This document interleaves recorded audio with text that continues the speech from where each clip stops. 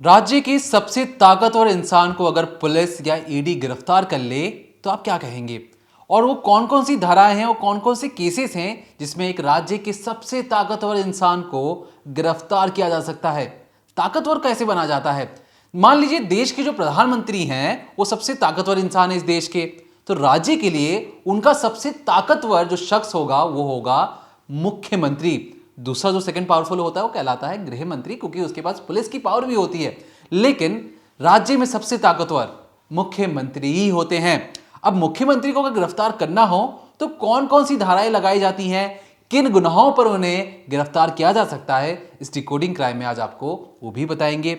लेकिन बात करेंगे झारखंड के सीएम, पूर्व सीएम के बारे में, जिन पर आरोप है कि उन्होंने जमीन घोटाला करके फेक सील या फर्जी ऑर्डर कर घोटाला किया और करोड़ों की हेरा फेरी की है। अब करोड़ों की हेरा फेरी में इस डिकोडिंग क्राइम में बताएंगे, लेकिन आप ये जान लीजिए एक जमीन है, उसे बेचा जाता है, करोड़ों का मुनाफा कमाया जाता है, उसका सरकारी रेट है 21 करोड़ रुपए, लेकिन उसे बेचा जाता है महज 7 से लेकर 10 करोड़ के बीच में। जो बेचने वाला शख्स है उसे मिलते हैं 25 लाख रुपए। अब बाकी जो करोड़ों रुपए हैं वो बंदर बाट किए जाते हैं अलग अलग अधिकारियों के बीच में। इसमें आईएएस हैं, पुलिस वाले हैं, मुख्यमंत्री के घर पे रहने वाले लोग हैं, खुद मुख्यमंत्री का नाम आज सामने आ जाए तो क्या कहा जाए। अब इसके बारे में जब जांच पड़ताल की गई तो पता लगा कि जमीन जो बेची गई है वो भी सरकारी है। यानी सेना की जमीन को मुख्यमंत्री, उस राज्य के मुख्यमंत्री पर आरोप लगता है कि उन्होंने सेना की जमीन को ही बेच दिया है। अब वो कैसे बेचा है, लैंड स्कैम कैसे करके उन्होंने इतना मोटा मुनाफा कमाया, करोड़ रुपए कैसे बंदर बांट किए जाते हैं सरकार के अलग अलग विभागों के बीच में, ये आज हम डिकोडिंग क्राइम में जानेंगे। लेकिन बात करेंगे सबसे पहले उस जमीन के बारे में जिस जमीन को लेकर देर रात कल 9 या 10 बजे के दरमियानी रात को यहां पर उन्हें गिरफ्तार किया जाता है। झारखंड के सीएम को फिर कहा जा रहा था कि हो सकता है जो उन्हें रात को पहले ईडी दफ्तर में रखा जाए, और ईडी अफसरों की सुरक्षा पर भी सवाल खड़े किए जा रहे थे। तो पता लगा कि जो डीजीपी हैं, झारखंड के डीजीपी, वो भी उनके आवास में मौजूद थे और उन्होंने सुनिश्चित किया कि ईडी के अफसरों को कुछ नहीं होगा और राज्य में जो लॉ एंड ऑर्डर है वो बिगड़ेगा नहीं। क्योंकि राज्य के सबसे पावरफुल शख्स को अगर आप गिरफ्तार करने जा रहे हैं तो आपको कॉन्सिक्वेंसेस पता होने चाहिए। पावर वैक्यूम बन जाएगा। एक सबसे ताकतवर इंसान वहां से हट गया है, कल को कोई भी उस जगह पर काबिज होने की फिराक में रह सकता है। लेकिन नए सीएम आ चुके हैं, लेकिन पुलिस सुनिश्चित कर रही थी कि कुछ ना हो। तो एक सीएम पर कैसे आरोप लगे, जमीन घोटाला क्या था, सरकारी जमीन कैसे बेची गई फर्जीवाड़े के तरीके से, ये भी आज आपको बताएंगे। झारखंड के ex CM Hemant Soren ED के द्वारा गिरफ्तार किए जा चुके हैं, हिरासत में है। ईडी लगातार उनसे पूछताछ भी कर रही है। लेकिन आखिर एक ही सवाल जो हर कोई जानना चाहता है, उसका जवाब हर किसी के दिमाग में भी चल रहा है कि घोटाला है क्या। ये जो लैंड स्कैम को लेकर जो सोरेन है उन्हें अरेस्ट किया गया है, आखिर वो क्या है, उसमें उनका नाम कैसे आया। अब इसको जिस तरीके से दीपक ने बोला कि एक ज़मीन को बेच दिया गया, सेना की ज़मीन है, किसी को बेच दिया गया, बंदर बाट करके पैसे लिए गए। इसको बेचने से बेहतर है अगर हम कब्ज़ा कह दे तो, क्योंकि सेना की ज़मीन को हथिया लिया गया, कब्ज़ा कर लिया गया। अब कैसे कैसे कब्ज़ा किया गया, क्योंकि करोड़ों की ज़मीन है और उसे महज कुछ करोड़ में बेच दी गई। सोचिए 25-26 करोड़ की कोई ज़मीन है, उसे 1-2 करोड़ में बेच दिया जाए तो कैसा रहेगा। ये कब्ज़ा ही तो हो जाएगा। किस तरीके से मुख्यमंत्री इस पूरे स्कैम में इन्वॉल्व रहे, ये अब आपको समझाते हैं। इसमें बहुत सारे ऐसे नाम हैं जिन्हें आपको बहुत ध्यान से सुनना होगा और समझना होगा, और उसकी सीरीज़ को समझना होगा कि किस तरीके से इस पूरे स्कैम को अंजाम दिया गया। इस पूरे स्कैम की, या यूँ कहें कि ये जो पूरा घोटाला है ये उजागर होता है आज से 2 साल पहले, यानी साल 2022 की बात है। रांची का बरियातू थाना था, वहाँ पर एक FIR दर्ज कराई जाती है। नगर निगम के टैक्स कलेक्टर थे दिलीप शर्मा, वो दर्ज कराते हैं और बोलते हैं कि जो सेना की 4.5 एकड़ की एक ज़मीन है वो कब्ज़ा हो गई है, और कब्ज़ा करने वाले बड़े बड़े लोग हैं जो ज़बरदस्ती इस ज़मीन को कब्ज़ा कर रहे हैं। और ना सिर्फ ये ज़मीन, आसपास में या रांची में ही और भी ऐसी जगह हैं जहाँ पर अगर सेना की ज़मीन है उन्हें कब्ज़ा किया जा रहा है, कम रुपयों में बड़े बड़े लोगों को बेचा जा रहा है। और इसमें IAS अफसर, पॉलिटिक्स और बड़े बड़े जो उद्योगपति हैं सब शामिल हैं और सब पैसा लूट रहे हैं। ये पूरी जब FIR दर्ज होती है, इसके बाद इन्वेस्टिगेशन चलती है, ईडी पूरे मामले में कूदती है, जांच करना शुरू करती है और फिर ईडी को कई सारे नाम पता लगते हैं। सबसे पहले ईडी को पता चलता है कि जो 4.5 एकड़ की जो सेना की ज़मीन है उसको कब्जा करने वाला कोई और नहीं, हेमंत सोरेन का नाम सामने आता है। कैसे आता है उसके लिए सबसे पहला नाम मैं आपको बताती हूँ, BM लक्ष्मण राव। ये एक बहुत पुरानी बात है, आज़ादी के बाद इनकी ये ज़मीन होती है और ये पूरी अपनी ज़मीन सेना को दे देते हैं। एक तरीके से इनके पास बहुत बड़ी ज़मीन होती है और ये ऐसे शख्स थे जिन्होंने देशभक्ति और इस चीज़ के लिए काम किया। उस वक्त आज़ादी के बाद जैसे ही हमारा देश जब आज़ाद हो जाता है तब ये जो इनकी इतनी 4.5 एकड़ की ज़मीन होती है ये सेना के नाम कर जाते हैं। अब लगातार साल बीतते हैं, ज़मीन सेना के पास पड़ी थी, मुख्यमंत्री पे मुख्यमंत्री बदलते हैं, झारखंड की सूरत बदलती है और उसके बाद जब मुख्यमंत्री हेमंत सोरेन बनते हैं उस समय एक शख्स है प्रदीप बागची। ये सारी जो मैं आपको नाम बता रही हूँ ये ईडी की लिस्ट में सामने आते हैं। एक एक कर जब ईडी जांच करती है तो उन्हें सारे नाम पता लगते हैं। अब ईडी को पता चलता है कि एक आदमी है प्रदीप बागची, उसने ये जो ज़मीन है 4.5 एकड़ की वो हथिया रखी है। अब किस तरीके से हथिया रखी है, उसने अपने पिता के नाम, उसके पिता का नाम था प्रफुल्ल बागची, उनके नाम फर्जी डॉक्यूमेंट बनाकर इस ज़मीन को कर दिया है और ये दिखा दिया है कि 1932 में उनके जो पिताजी थे यानी प्रफुल्ल बागची थे उन्होंने ये पूरी ज़मीन 4.5 एकड़ की ये ज़मीन उस सेना से, मतलब सेना के जो लोग थे उनसे खरीद ली है, या जो भी उस वक्त अथॉरिटी थी उस जिसके पास उस ज़मीन की उससे खरीद ली है, ताकि सबको ये लगे कि भाई जो डॉक्यूमेंट्स हैं वो सही हैं, ज़मीन अब इनके नाम पे है क्योंकि 1932 में ही इनके पिताजी प्रफुल्ल बागची के नाम पे ज़मीन हो चुकी थी। यानी अब इस पे जो मालिकाना हक है और जो एक बेटे का हक होना चाहिए वो प्रदीप बागची का बनता है। अब ये ज़मीन का कुछ भी कर सकते हैं। तो दूसरा नाम आता है प्रदीप बागची का। अब इसके बाद जो प्रदीप बागची है फर्जी डॉक्यूमेंट्स वगैरह बनवाता है, सारी चीज़ सेट करता है अपने पिताजी के नाम, जैसा मैंने आपको बताया कि पुराने दस्तावेज़ को एक तरीके से नए उसमें कन्वर्ट कर देता है और अपने पिताजी का नाम ऐड कर देता है और फिर ये वो ज़मीन जो है 4.5 एकड़ की उसे बेचता है टी स्टेट लिमिटेड के जो मालिक हैं दिलीप घोष, उनको ये ज़मीन बेच दी जाती है। उसके बाद जब ईडी यहाँ तक पहुँचती है तो उन्हें पता लगता है कि ये जो टी स्टेट के जो ओनर हैं दिलीप घोष, उनके पास तो ऐसा कुछ ज़मीन का मुझे डॉक्यूमेंट भी नहीं दिख रहा और कहीं से भी जांच में ये नहीं पता चलता कि ये ज़मीन इनके नाम है। तब ईडी और जब अंदर तक पड़ताल करती है, कई सारे और राज खोलती है तो एक नाम और सामने आता है, अमित अग्रवाल। ईडी को पता लगता है कि ज़मीन तो अमित अग्रवाल की है। जिस तरीके से जो सीरीज़ थी बेचने की, पहले इस पे ज़मीन गई फिर इस पे गई, जिस तरह से ट्रांसफ़र हुई उसमें ईडी को पता चलता है कि जो ज़मीन है वो पूरी तौर पर अमित अग्रवाल के नाम हो चुकी है।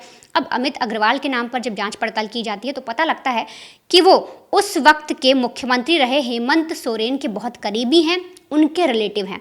अब ईडी को जांच करनी थी कि क्या इस पूरी चीज़ में हेमंत सोरेन शामिल हैं, क्या हेमंत सोरेन को इस बारे में कुछ पता है कि नहीं। अब इसके लिए ईडी एक एक करके सबको उठाना शुरू करती है, यहाँ तक कि इस पूरे मामले में बड़े बड़े लोग नप जाते हैं। एक सब इंस्पेक्टर हैं भानु प्रताप, वो भी जब इस पूरे मामले में गिरफ्तार होते हैं तो वो नाम ले लेते हैं हेमंत सोरेन का। अब मैं बड़े बड़े लोगों का नाम इसलिए ले रही हूँ क्योंकि इस पूरे मामले में वो लोग भी अरेस्ट होते हैं। वो आपको एक एक करके दीपक बताएंगे कि किस तरीके से एक IAS इसमें फंसा, सब इंस्पेक्टर इसमें फंसा और पैसे का किस तरीके से इन्होंने घपला किया।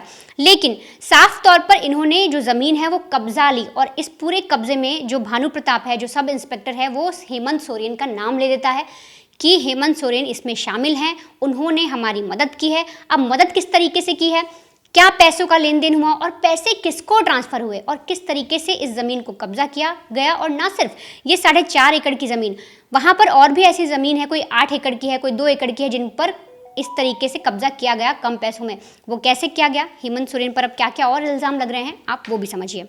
देखिए, सीएम होने के फ़ायदे तो बहुत हैं कि आप जनता की सेवा कर सकते हैं, लेकिन जनता की सेवा करते करते मन में लालच भी पनपने लगता है जो टॉप पावरफुल लोग होते हैं।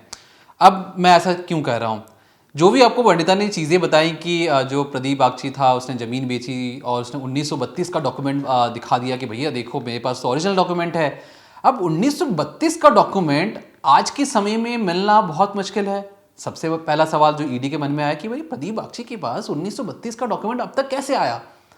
इसके बारे में जांच की गई तो पता लगा कि भैया ये तो पूरा नेक्सस है। अब नेक्सस कैसे काम करता है, रजिस्ट्रार ऑफिस में काम करने वाले जितने भी बाबू हैं ये सारे मिली भगत कर ये सारा काम कर रहे थे। होता यूँ था, आप जाइए, आपको कोई फर्जी डॉक्यूमेंट बनाना है, मान लीजिए मैं दीपक हूँ और जो मेरे पिताजी हैं और मेरे पिताजी या कहूँ मैं मेरे दादाजी ने किसी को ज़मीन बेच दी है और मैं अभी यहाँ पर हूँ और मुझे लगा कि अच्छा मेरे दादाजी ने ज़मीन बेची है, लेकिन मैं एक काम करता हूँ, मैं अपने परदादा के नाम पर ये दिखा देता हूँ कि मेरे परदादा ने ज़मीन किसी और से खरीदी थी। अब वो सिलसिला चलता हुआ आ रहा है कि दीपक के पास वो जमीन पुश्तैनी जमीन आ गई। समझ में आ गया आपको मैंने क्या कहा? लेकिन अब मान लीजिए परदादा की मैंने डॉक्यूमेंट दिखाते हुए दीपक के पास पुश्तैनी जमीन आ गई, लेकिन बीच में क्या हुआ था, जो मेरे दादा थे उन्होंने जमीन बेच दी, तो अब वो वाला डॉक्यूमेंट दरकिनार हो गया। अब वो पुश्तैनी जमीन जिसका 1932 से लेकर 2024 आ गया, वो जमीन लगातार मेरे पास चलती आ रही है और दीपक ये जमीन किसी और को बेच रहा है। अब फर्जीवाड़ा यहीं से किया जाता है। जो अगर मान लीजिए, जो मैं एग्जांपल अपना इसलिए ले रहा हूँ ताकि मैं किसी और पे इल्ज़ाम नहीं लगाना चाहता, मान लीजिए जो मेरे दादा है उन्होंने ज़मीन किसी और को दे दी है, तो ये डॉक्यूमेंट सरकारी अधिकारियों के पास होंगे, दफ्तर में होंगे, हर जगह मिल जाएंगे। लेकिन अगर मुझे एक नया डॉक्यूमेंट तैयार करना है तो मुझे कहाँ पे जाना होगा? रजिस्ट्रार ऑफिस में जाना होगा, उनसे दरख्वास्त करनी होगी कि भैया मुझे ना एक डॉक्यूमेंट बनाना है, 1932 में ज़मीन है। वो आपसे तमाम सवाल पूछेंगे और फिर वो डॉक्यूमेंट तैयार कर देंगे ओरिजिनल देखने के बाद। तो प्रदीप बागची क्या करता था, जब उसे कोई ज़मीन बेचनी होती थी तो ये रजिस्ट्रार ऑफिस पहुंच जाता, वहाँ पर जितने भी बाबू लोग बैठे होते वो अलग अलग केमिकल का इस्तेमाल करके पुराने डॉक्यूमेंट से नाम मिटाकर वहाँ पर नया नाम चढ़ा दिया करते थे। अब इस बात की जानकारी कहाँ तक थी? इस बात की जानकारी खुद हेमंत सोरेन के ऑफिस, हेमंत सोरेन के घर पे रहने वाले जो अफसर थे उनको, और कहा तो ये भी जा रहा है कि खुद हेमंत सोरेन को भी ये सारी चीज़ें पता थी। मैं आपको सिर्फ मैंने केमिकल का नाम बताया, सिर्फ केमिकल का नाम ही नहीं, जो ईडी ने ये भी बताया कि सरकारी मोहर, मतलब जो उस वक्त की जो सरकारी मोहर होते होंगे, मान लीजिए 1932 का जो मामला है, अंग्रेज़ की सरकार होगी तो अंग्रेज़ों की जो उस टाइम की जो मोहर होते थे, फर्जी मोहर लगाना, स्टैम्प पेपर फर्जी बनवाना, रजिस्टर्ड जो डॉक्यूमेंट होता है उसका ये जो कागजात है वो तैयार करना, और फर्जी लैंड लीड का इस्तेमाल किया जाता था अपने आप को सही दिखाने के लिए। एक तरफ सेना को जमीन चली गई, एक तरफ वो ये दिखा रहा है कि सेना को जमीन तो गई ही नहीं, हमने तो बहुत पहले ही सरकार से खरीदी हुई थी जमीन। तो इस तरीके से कन्फ्यूजन पैदा कर कर ये जमीन बेचते हुए जा रहे थे। अब होता यूँ है कि मान लीजिए जो जिस 4.5 एकड़ की जो ज़मीन है उसकी सरकारी रेट है 21 करोड़ रुपए। अब जो ये प्रदीप जो लड़का था जो ये ज़मीन बेच रहा था, उसने बेची इसे 7 करोड़ रुपए में। तो जो मार्केट रेट है उससे आपने 13 करोड़ रुपए कम में बेची। अब जो ध्यान रखिए, जो प्रदीप बागची है उसे 7 करोड़ रुपए में से कितने रुपए मिलते हैं? क्योंकि वो फील्ड में ज़मीन बेच रहा था, सब कुछ कर रहा था, उसे महज मिलते हैं 25 लाख रुपए। बाकी जो 6 करोड़ 75 लाख रुपए कहाँ गए? ये बंदर बाट होते हैं कई सारे अफसरों के बीच में, सीएम के बीच में, जो पूर्व सीएम रह चुके हैं उनके बीच में ऐसे आरोप लगाए जा रहे हैं अब तक। अब इस बात का खुलासा कैसे हुआ? तो मैं एक नाम ले रहा हूं, बाड़गई के आंचल अधिकारी हैं मनोज कुमार। वो ईडी को बताते हैं कि एक बार 8.5 एकड़ की जमीन जो बेची जा रही थी उसमें कुछ इसी तरीके का फर्जीवाड़ा करना था, जहां पर फर्जी स्टैम्प पेपर, फर्जी जो डीड बनानी थी, फर्जी केमिकल से नाम मिटाना था। इस बात की जानकारी वो सीएम के जो घर है उनको देते हैं, और उसमें जो उस वक्त उनके घर पे मौजूद अधिकारी थे उनका नाम था उदय शंकर। उनका फ़ोन आता है कि भैया इनका काम करवा दिया जाए। उसके बाद 21 अप्रैल 2023 को पहली बार सोरेन का नाम ऑफिशियली तौर पर ईडी इस्तेमाल करती है कि भैया इन्होंने ज़मीन का फर्जीवाड़ा किया है। तो 4.5 एकड़ के लिए जो ज़मीन बेच रहा है उसे मिल रहे 25 लाख रुपए। 6 करोड़ 75 लाख रुपए का बंदरबाट होता है अफसर से लेके पुलिस वाले, बाबू जो रजिस्ट्रार ऑफिस में बैठते हैं, खुद सीएम के बीच में 4.5 एकड़ की ज़मीन। अगर मैं बात करूं कि जो बाड़गई में एक और जो इलाका था उसमें बेची गई थी 8.5 एकड़ की ज़मीन। अब सोचते जाइए पैसा कितना डबल होते जाएगा। मैं आपको टोटल अमाउंट बता दूं कि टोटल जो ईडी कितने करोड़ रुपए पे जांच कर रही है। दरअसल ईडी का कहना है कि 236 करोड़ रुपए की फर्जी जमीन का फर्जीवाड़ा हो चुका है। अलग अलग सिंडिकेट के जरिए ये जमीन सरकारी बाबुओं ने किसी और को बेचकर, या सोरेन जो हेमंत सोरेन है उनको फायदा पहुंचाने के लिए जमीन बेची गई हैं, जिसमें से अब तक जो ईडी ने 161 करोड़ की जो 3 प्रॉपर्टी अटैच कर ली है, मतलब उसे वापस लेने का काम शुरू कर दिया गया है। और अभी एक जांच और होनी है जिसमें 7.16 एकड़ की जमीन पर जांच फिर से बैठाई गई है। तो ये था, ये जो पूरा स्कैम था जिस वजह से एक सीएम को, जो पूर्व सीएम थे, उन्हें ईडी पकड़ती है और उन्हें गिरफ्तार करती है। मैं चलते चलते आपको एक चीज़ और बता दूं, जो अफसर हैं जिन्हें पकड़ा गया है उनके नाम जानना आपके लिए ज़रूरी है, क्योंकि वही अफसर हैं जो करप्ट हैं। इन पे आरोप लगा है कि इन्होंने फर्जीवाड़ा किया है।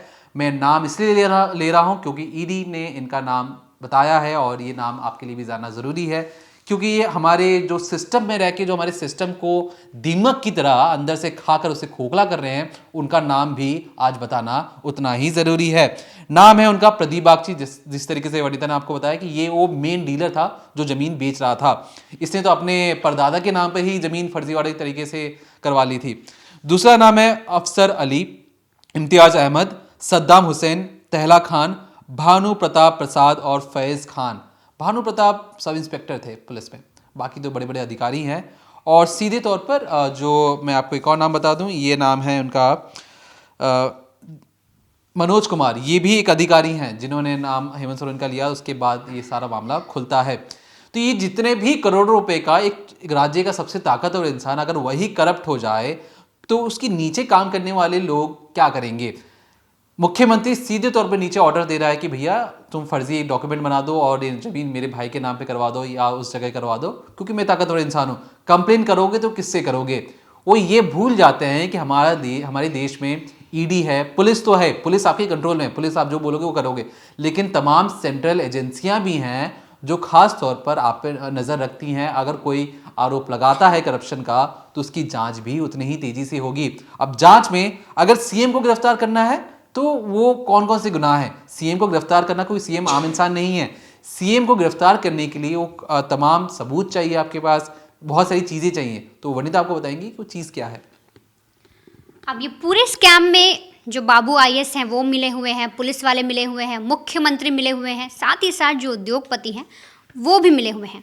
अब ऐसे में उद्योगपति अरेस्ट हो सकते हैं, आईएएस अरेस्ट हो जाता है, पुलिस वाले तक अरेस्ट हो जाते हैं, लेकिन मुख्यमंत्री किस आधार पर अरेस्ट होता है और क्या मुख्यमंत्री को कभी भी अरेस्ट किया जा सकता है।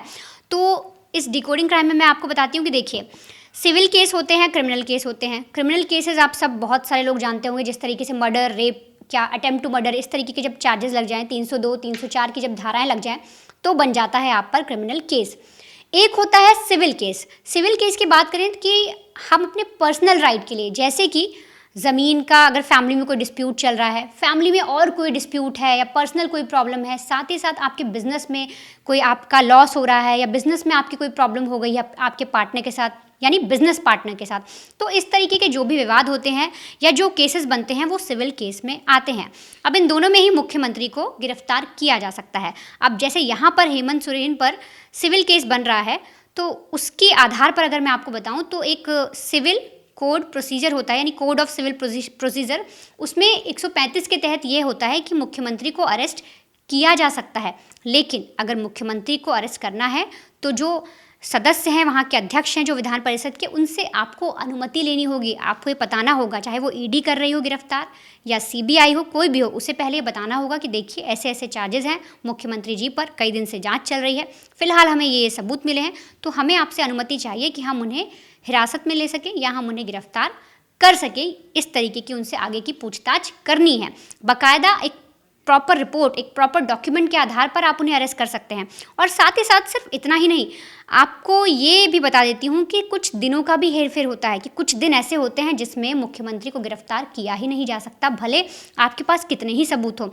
जैसे कि अगर विधान परिषद में सत्र चल रहा होता है, उस वक्त 40 दिन पहले ना ही मुख्यमंत्री को अरेस्ट किया जाता है, और जब जो सत्र है वो ख़त्म हो जाए उसके 40 दिन बाद तक भी मुख्यमंत्री को कोई अरेस्ट नहीं कर सकता। जब ये सत्र शुरू हो रहा है उससे 40 दिन पहले नहीं अरेस्ट कर सकते, सत्र खत्म होने के 40 दिन बाद तक अरेस्ट नहीं कर सकते।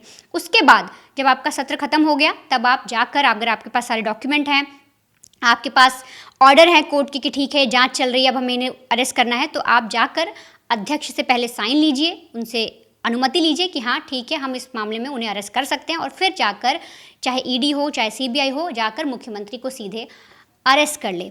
चलते चलते एक चीज़ और बता देती हूँ कि जिस तरीके से अभी हेमंत सोरेन अरेस्ट हुए हैं, कितने दिन से छुप रहे थे वो लगातार, फिर जाकर वो सामने आते हैं और फिर उन्हें ईडी अरेस्ट कर लेती है, पूछताछ चलती है उनसे, लंबी 6 घंटे तक उनसे पूछताछ की जाती है, फिर वो अरेस्ट होते हैं। ठीक इसी तरीके से 20 साल पहले यानी साल 2004 में उनके पिता शिबू सोरेन को भी अरेस्ट किया गया था। जो कोयला घोटाला हुआ था उस मामले में वो भी इसी तरीके से अरेस्ट हुए थे। जब उन पर वारंट निकला, समन भेजा गया कि आइए आप पर इस तरह से जांच बैठानी है, बातचीत करनी है, सवाल पूछने हैं, तो वो अंडरग्राउंड हो गए, वो भी भागते फिर रहे थे। लेकिन फिर वो भी जिस तरीके से आज हेमंत सोरेन सामने आए उस तरीके से वो भी बाहर निकल कर आते हैं और फिर उन्हें भी अरेस्ट कर लिया जाता है। पूरी कोशिश रही कि आपको ये जो पूरा केस है या क्या ये लैंड स्कैम है ये आपको समझ आ गया होगा, और पूरी कोशिश रही कि हेमंत सोरेन ने किस किस तरीके से लोगों का यूज़ किया या फिर उन लोगों ने हेमंत सोरेन का यूज़ किया, एक बड़े अधिकारी का यूज़ किया, आईएएस ऑफिसर का यूज़ किया, पुलिस वालों का यूज़ किया और उद्योगपति के साथ मिलकर इतना बड़ा जो लैंड स्कैम है वो किया। ना सिर्फ एक है बल्कि कई सारी ऐसी ज़मीनें हैं जिन पर उन लोगों ने धीरे धीरे कब्जा करना शुरू कर दिया।